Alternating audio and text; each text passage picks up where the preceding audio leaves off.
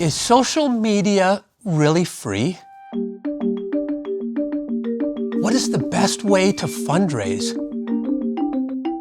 When we think on the margin and consider opportunity cost, we're better able to answer these types of questions. I'm Professor John List from the University of Chicago, and this is Economics for Everyone.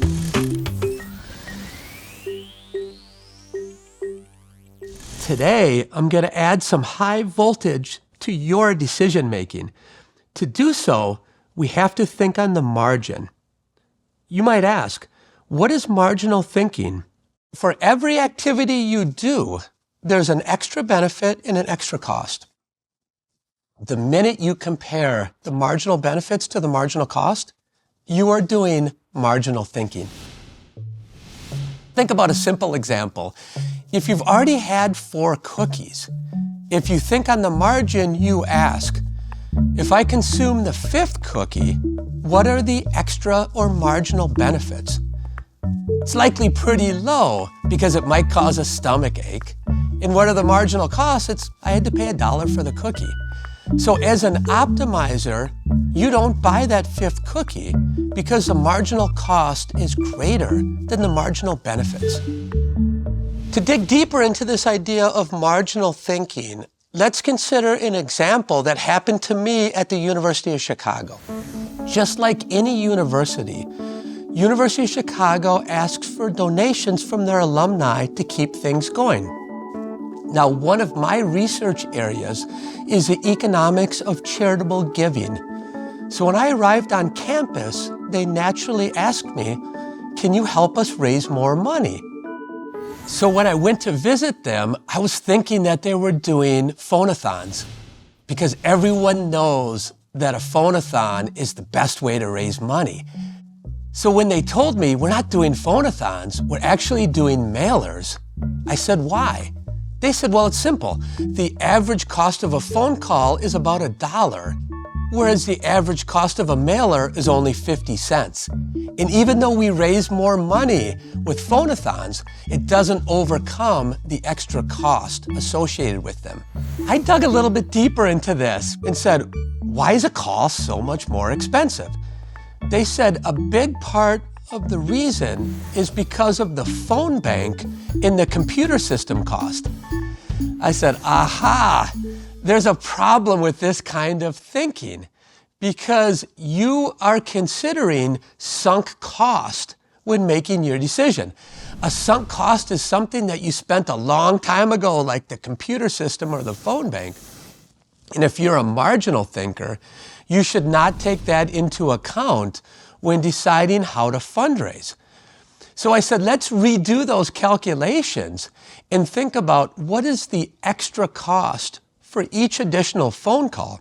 Because when deciding to fundraise, this is an ongoing yearly activity that you should consider marginal costs and marginal benefits. So we redid the numbers, and ignoring that sunk cost, the marginal cost was actually $0.10 per call. Thinking like an economist, it became obvious for them. The right way to think about this problem is on the margin, the additional cost and the additional benefits of each call. So Mason, my 8-year-old son, had saved up $350 and wanted to buy a top-line baseball bat. So we went shopping. He quickly found 2 really good options. One of the bats was $200, the other one was $350. And he couldn't decide which one to buy. Now, as humans, we tend to neglect such things like opportunity cost. As an economist father, I said, Mason, think about it like this. If you buy the $200 bat, then that leaves you with $150 to buy that really cool baseball glove. Within a minute, we were at the cashier and he bought the $200 bat and he had the baseball glove. He just needed a little nudge for him to see if you buy the $350 bat, you're giving up that baseball glove. Marginal analysis and opportunity cost neglect happen all the time. Let me tell you a story about when I used to be the chief economist at Lyft. Now, a very important job at Lyft was to acquire new drivers. How does Lyft acquire new drivers? They post ads on Facebook and Google. So the team came to me and said, we're trying to think about where to place the next set of ads. Should we place them on Facebook or Google? And I said, well, what do the data say?